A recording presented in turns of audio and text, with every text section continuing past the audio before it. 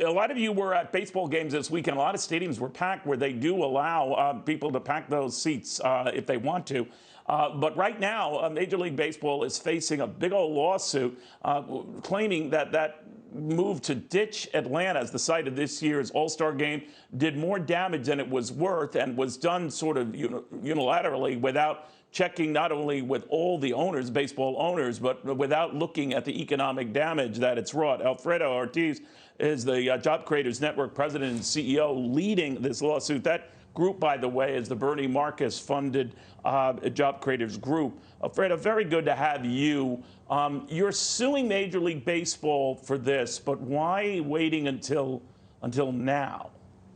Yeah, good afternoon, Neil. Thank you for having me. And I'll tell you that before this point, we certainly have tried to reach out to Manfred, make him aware of our issues and our concerns about it. We took a couple billboards out right there in Times Square, New York City, just a couple blocks away from the headquarters. We took a full-page ad out in the New York Times stating our concerns. We had folks actually protesting his headquarters, asking him to listen to the letter. We sent multiple letters to him, and guess what, Neil? Nothing, zero, nada, no response. And so guess what? We decided we were going to take the extra step to go ahead and make this lawsuit happen because, as you know, for the over years that you and I have chatted about, small business efforts that we actually advocate for, it was time. I mean, our small business owners were getting decimated already from COVID. They were looking forward to this for 21 months. And so this decision by Manfred was really, really horrific for them. And so honestly here, Neil, we're here to right a very, very bad wrong. And so we actually took action almost immediately after Manfred made that decision, a few days after. So again, we're kind of here. Right. Here's so where you're we talking are, about and the we're baseball suing. Commissioner. I got it. The baseball commissioner, Rob Manfred, and of course That's the Major right. League Sorry. Baseball Association. We have reached out to both ourselves and have not heard back. Now, their argument was that if they had gone ahead and played as normal in Atlanta for the All-Star game, they would be acquiescing or accepting this Georgia voting law. Of course, that's in the eye of the beholder. But you said in so doing, they did more harm than good. And I believe even Stacey Abrams, who didn't like the Georgia voting law, was concerned about a boycott of the game or moving the game because of the economic damage it would do.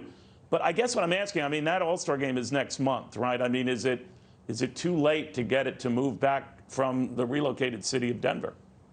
Yeah, Neil, well, you're correct. We are asking that they move the game back to Atlanta, and quite frankly, with the same expediency that he moved it out. He moved it in about 4 days after Brian Kemp, the governor of Georgia, signed the law. About 4 days later, they moved it. So if they can move it out that quickly, let's go ahead and have them move it back to Atlanta that quickly. And if they can't do that, we're asking that they set up a relief fund for all small business owners and businesses that were damaged and hurt because of the move. Again, it was an estimated amount of $100 million, Neil, and that's what we're asking them for do. If they can't move it back, let's set up that relief fund so that our small business owners can have that relief that they were expecting for over 21 months. All right, now, you know a little bit of what you speak because you also sit on the Georgia Chamber of Commerce, so you've been able to crunch the numbers and the impact on the Atlanta area, to say nothing of the state of Georgia.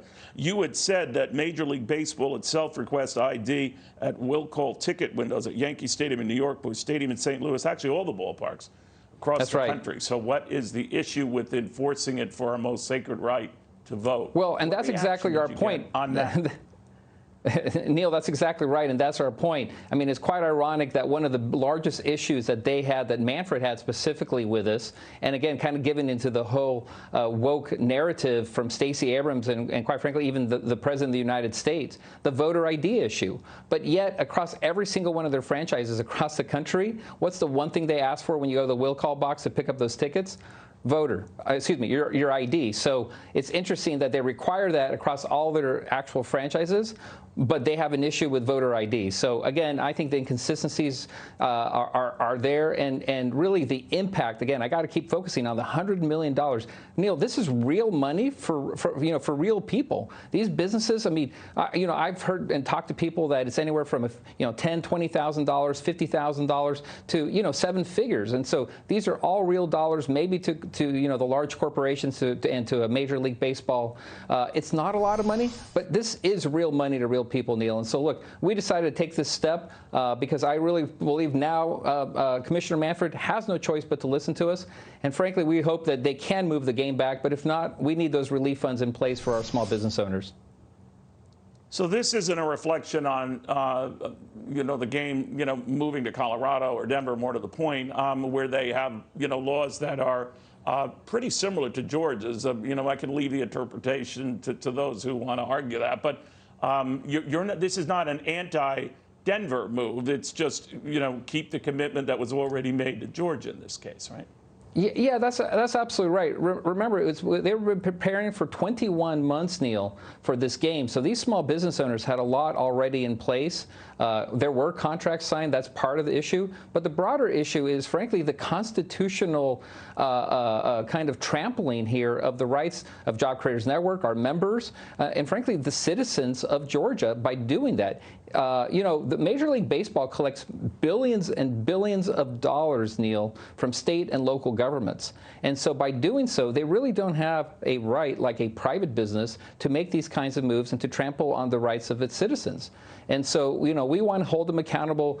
And Neil, one message that I have for everybody who was involved in that decision, who has fingerprints on that, right? We are going to hold you accountable. And I think it's time, and you ask folks all across the country, small business owners, they are so sick and tired, Neil, of continually getting trampled on and their rights being trampled on and feeling as though they have no recourse. So we are speaking up for them. We're doing this not because we enjoy doing this, because trust me, Neil, haven't gotten a lot of sleep in the past few months, but we got to do this, and this is the right thing to do. Again, we're trying to right a wrong here, and we believe our small business owners in Georgia deserve this kind of representation.